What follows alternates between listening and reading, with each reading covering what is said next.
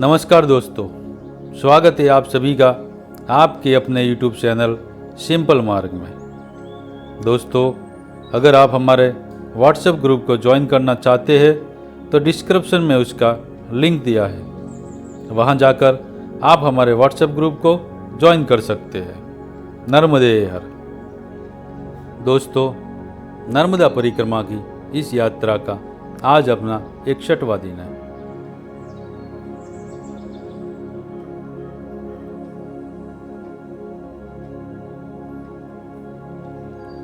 सोमवार 5 मार्च 2018 बगलवाड़ा से मांगरोल, बरहा और केतुता। आज सुबह 4 बजे ठंडी की वजह से नींद खुली।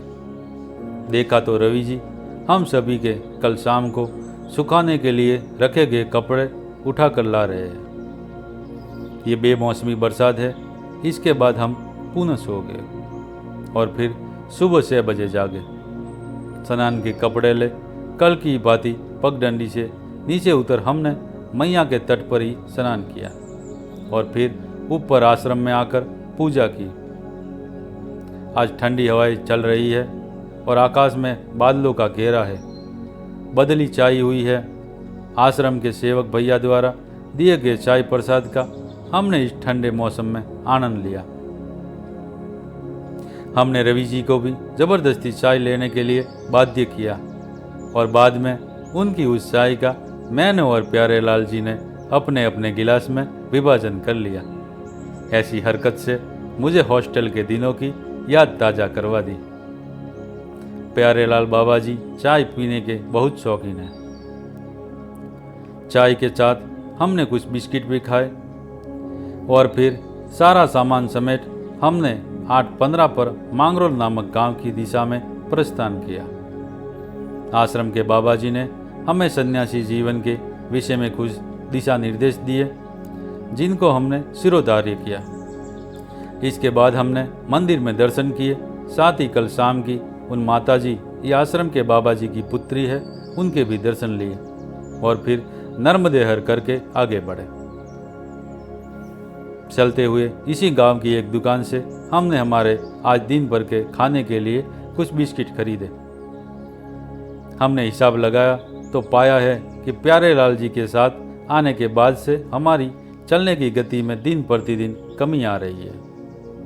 अतः हमने थोड़ा अधिक चलना है और कम विश्राम करना चाहिए, ऐसा हम दोनों का ही मन है।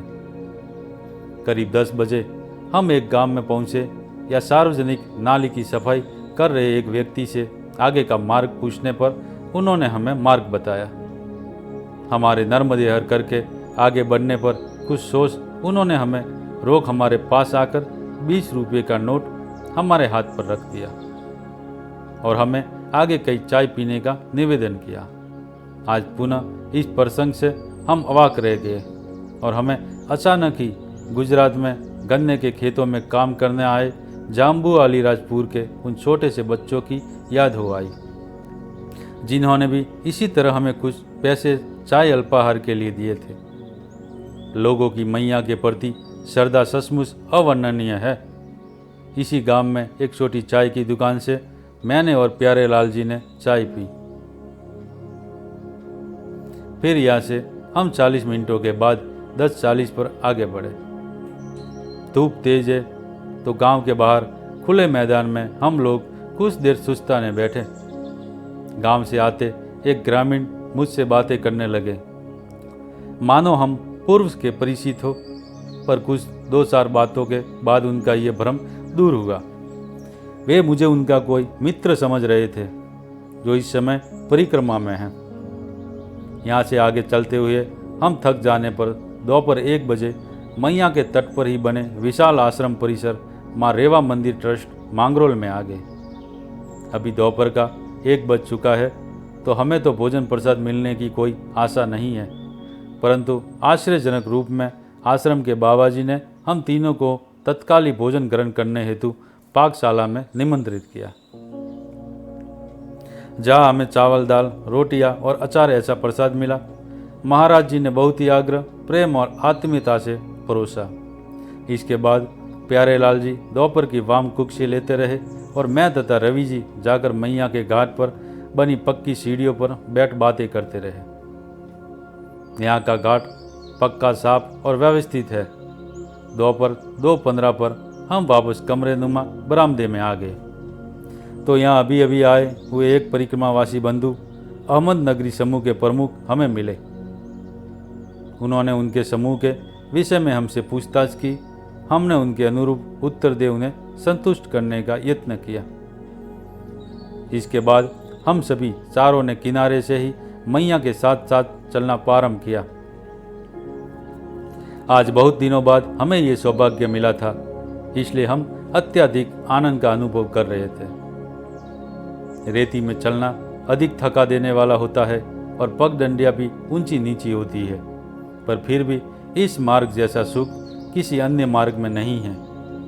इसके बहुत से फायदे हैं, जैसे हम मैया का सदैव दर्शन पा सकते हैं। साथ ही हमारा ध्यान सांसारिक चीज़ों की ओर आकर्षित नहीं होता है और हम पूरे मनोयोग से मैया का स्मरण करते हुए चलते रह सकते हैं।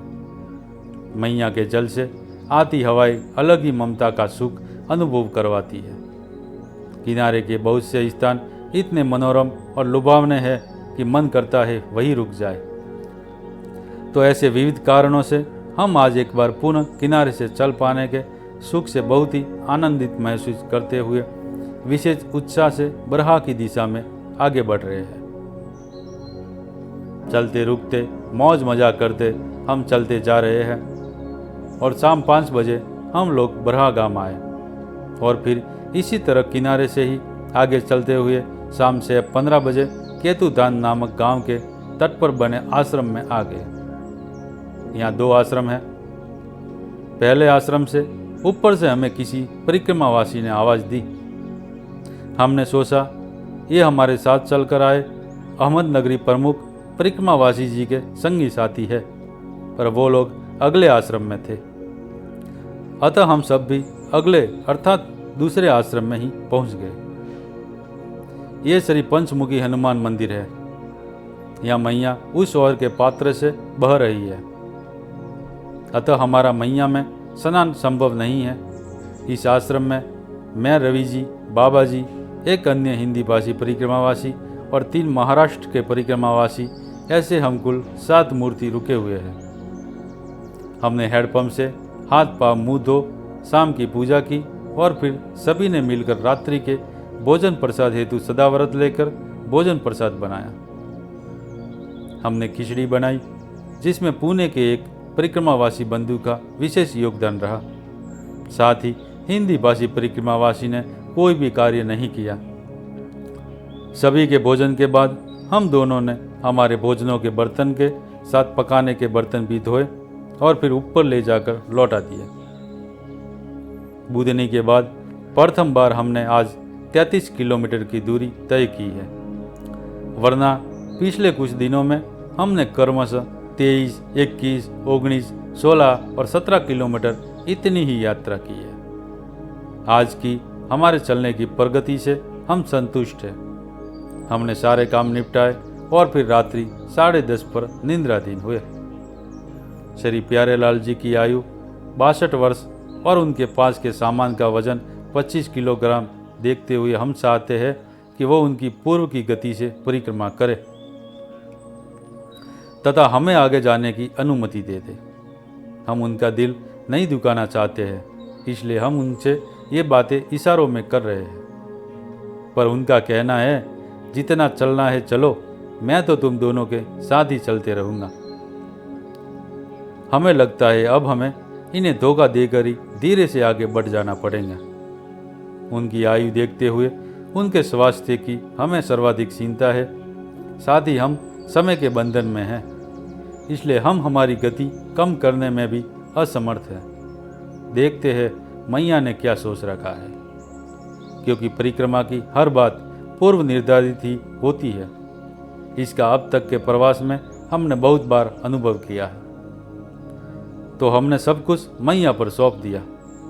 मन अनायासी भजन गुनगुनाने लगा। अब सौंप दिया इस जीवन का सब भार तुम्हारे हाथों में, जीत तुम्हारे हाथों में और हार तुम्हारे हाथों में।